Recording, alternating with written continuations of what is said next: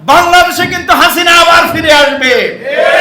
তারা দিল্লিতে তাদের অফিস কার্যালয় তারা খুলেছে, একই খরচে দুইটা নির্বাচন করা সম্ভব। কিন্তু আমরা নির্বাচনের দিন কেন না বলছি, এটির কারণ হচ্ছে নির্বাচনের দিন যদি একইভাবে গণভোট হয়, দেশের মধ্যে যে ফ্যাসিজমের আঁকড়া বিভিন্ন জায়গায় জায়গায় আছে, এখানে জনগণের সাধারণ ভোটের পাশাপাশি গণভোটও চিন্তায় হয়ে যাওয়ার যথেষ্ট সম্ভাবনা।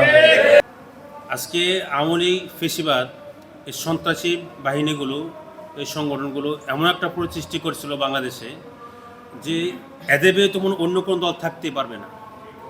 সেই জায়গা থেকে আমরা বলবো যে এখন লেভেল প্লেইং ফিল্ডের কথা বলছি। আমরা বলছি নভেম্বরের মধ্যেই গণভোট দিতে হবে। জুলাই সনদ বাস্তবায়নের ক্ষেত্রে জনগণ কি চায়, আমরা বলেছি নভেম্বরের আগেই দিতে হবে। আর অন্যান্য দল পিএমপির ভাইরা বলেছে যে তারা নির্বাচনের সময়ে চায়, খুবই ভালো কথা। তারা আরও একটি কথা বলেছে যে বিআইআর নাকি বেড়ে যাবে।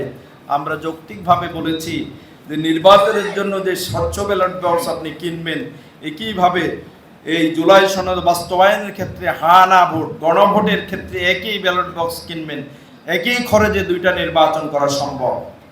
কিন্তু আমরা নির্বাচনের দিন কেন না বলছি, এটির কারণ হচ্ছে নির্বাচনের দিন যদি একইভাবে গণভোট হয়, দেশের মধ্যে যে ফ্যাসিজমের আঁকড়া বিভিন্ন জায়গায় জায়গায় আছে, এখানে জনগণের সাধারণ ভোটের পাশাপাশি গণভোটও চিন্তায় হয়ে যাওয়ার যথেষ্ট সম্ভাবনা। তাহলে আপনি একটারে রক্ষা করতে গিয়ে আরো একটা বিষয় প্রশ্নবিদ্ধ করবেন, এটা হতে পারে না। বরং আমরা বলেছি 15 দিন আগে 20 দিন আগে নির্বাচন করেন, করার সময় দেখা যাবে কারা ওই আওয়ামী লীগের মতো বা অন্যান্য ফ্যাসিস্টদের মতো, এরশাদের মতো কারা জনগণের রায়কে ছিনতাই করে নিয়ে যায়। এটার কিন্তু একটা পরীক্ষা হয়ে যাবে। এবং পাশাপাশি প্রশাসনের জন্য একটা লেভেল প্লেইং ফিল্ড হবে, তাদের টেস্ট কেস হবে নির্বাচন বাংলাদেশে সুষ্ঠু হবে কি হবে না। কারণ সুষ্ঠুভাবে যদি নির্বাচন না হয়, বাংলাদেশে কিন্তু হাসিনা আবার ফিরে আসবে।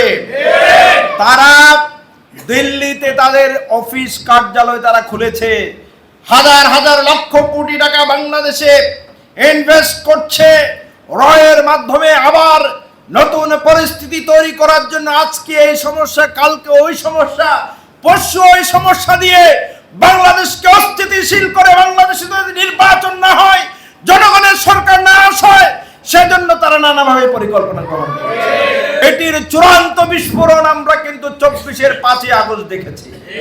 সুতরাং ফ্যাসিজম করে অতীতে কেউ টিকে থাকতে পারেনি, সামনে কেউ টিকতে পারবে না ইনশাআল্লাহ।